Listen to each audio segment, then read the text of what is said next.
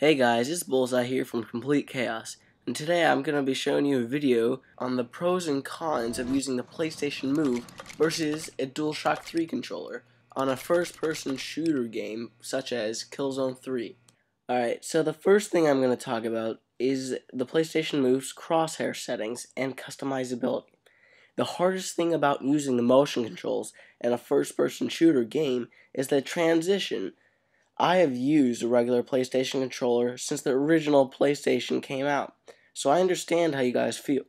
However, there are things I discovered that you can do to help your transition to motion controls. Now, the PlayStation Move uses things called dead zones. These are invisible lines where if your crosshair moves past it, you start to turn towards that direction. Now, at least on Killzone 3, the default settings have the dead zone set to around 90%. This means to turn your player around or look up and down, you have to aim your crosshair to almost the complete edge of your screen. Now this felt really weird because while using a DualShock 3 controller, your crosshair never moves from the center. So what I did to ease the transition was I put the dead zone width to 0%, and then I put the dead zone height to about 30%. This gives the PlayStation Move a much more classic controller feel, where again, the crosshair is always in the center of the screen. Now, I highly recommend that if you use these settings, or settings like them, that you change the crosshair sensitivity to 0% or really low, because it is extremely easy to lose control of your player. Now, the next thing I want to talk about is the advantages and disadvantages of using the PlayStation Move controller against other players online who are using a DualShock 3 controller. Now, what I noticed while playing online was it's a lot harder with the Move controller to look and maneuver your player around the map. However, it is a lot easier to aim down the sight using it. While using the PlayStation Move controller, when you see an enemy, all you have to do is point at him and shoot. Whereas if you're using a DualShock 3 controller, you have to use a joystick to move your crosshair onto the enemy. So, after all said and done, the disadvantages of the PlayStation Move controller and the disadvantages of using a DualShock 3 controller balance out. Meaning, by using the PlayStation Move controller, you are not hindering yourself in any way versus the DualShock 3 controller.